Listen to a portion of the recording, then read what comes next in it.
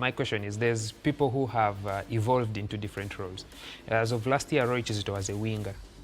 But now he's a proper forward. I think he's a hooker he's now a hooker in sevens. You have Karim Arinaito, who also had started a bit on the outside, but is now a halfback properly. There's been lots and lots of evolution on that squad. And of course, even for you as well, the evolution is not in the playing, but in the leadership, you know.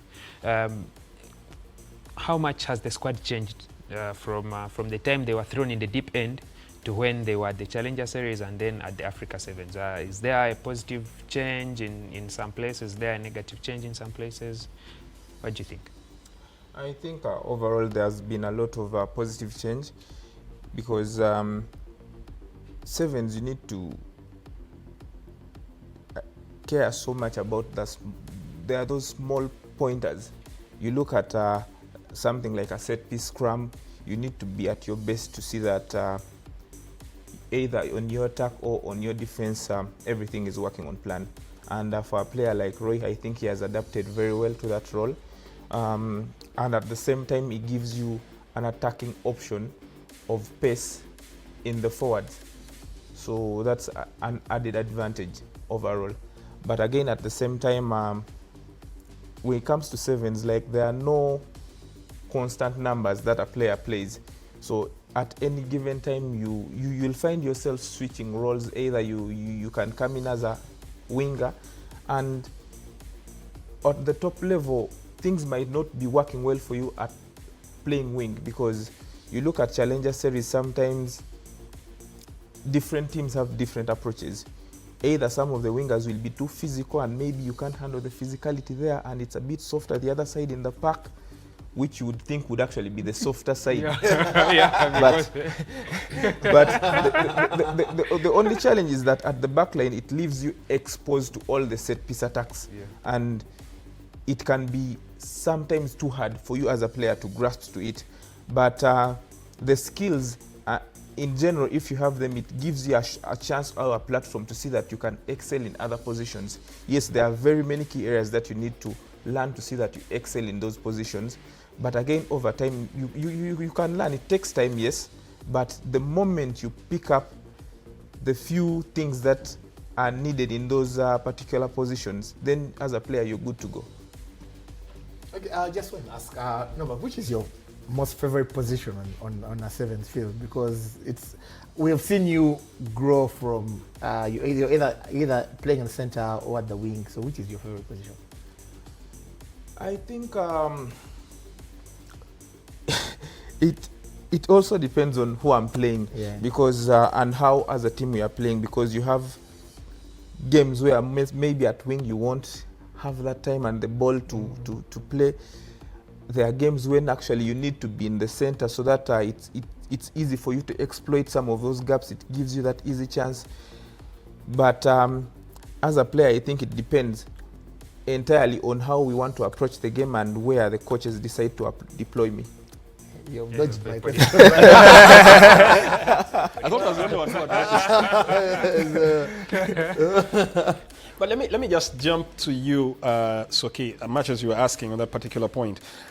We've seen the mercurial rise of one youngster, and that's Malcolm Okello. I don't think his quality has ever been in doubt, but with every other tournament, personal opinion, he seems to just go a notch higher. He just keeps taking it to the next level. This time around, top point scorer with 45 points. I just want to look at him and maybe use your experience who has been at this level. What other core team are we looking at that you can say, guaranteed 10 years, those fellows have Uganda on their back? First of all, I think Malcolm just breeds and has the ability to play sevens. He's quick, has a good step, has a great pass, and his awareness is tremendous. So over the Challenger Series, I'm sure that he had a lot of nerves trying to structure everything around him. And I think by the time he got to the Africa Sevens, he's seen enough to actually go out there and play. I think Karim Arinaitwe is kind of like stuck in a bubble on whether to stick to the structure or bring out his natural abilities as well. So he's kind of like struggling in there. I love Jones Kamiza. because every time he comes on, he just brings a whole breath of fresh air, fresh energy, and guaranteed pace. So Wokorach does the same in the forward. So I love where the project is going, and I hope the boys can keep learning, and I hope we can add in a few bulky runners to just allow the rest of the team to play.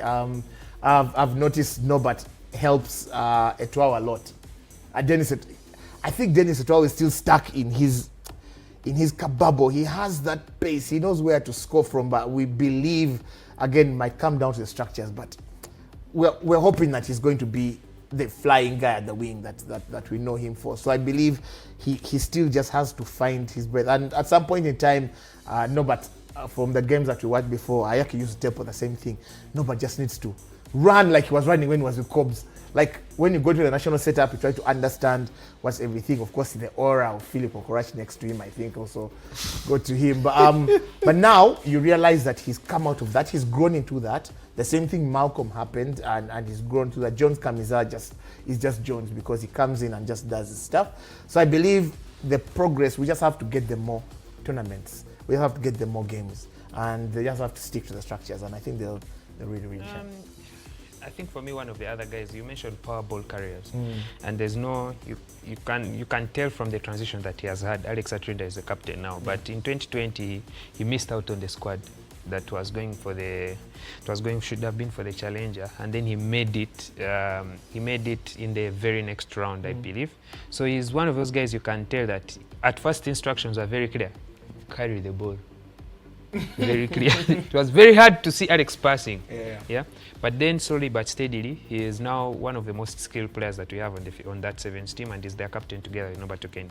The other one who I feel is now slowly going to fit into that role, and if you've been watching the games, the impact that he had coming off the bench, and even at times when he started, was Arnold Ochen. He's a fast guy. He's very, very fast, but he's also strong enough to be a big ball carrier in that respect. So I think Uganda, to be honest, we are not blessed with the biggest of rugby players. We are not like Fijians, where Jerry Tuai is small, but he's 5'10". You know, and he's a big boy. So we have, and he is small. That classifies as small. That classifies as a small man. So for us to have some of these players who are, let me call them, I don't call them freak athletes, but then they're able to get a lot more out of their bodies, even with our small size. Kamiza Jones is not a big boy. Karima Naitwe is not a big boy, but you now start thinking of Marco Suna. He's not small. He's no longer small. Nobert Sexton has never been small, you know. So things like that. If we have a number of guys like that on that team, I think it can take us an extra step. We have the flair, but life, like Okeni has said, you find a winger and life is easy. Life is easy in the park. Life is easier in the park than at the wing because of a big winger. So it's things like that. We are not fortunate enough to have such big guys, but we are identifying guys who can do a lot more with what they have, pound for pound.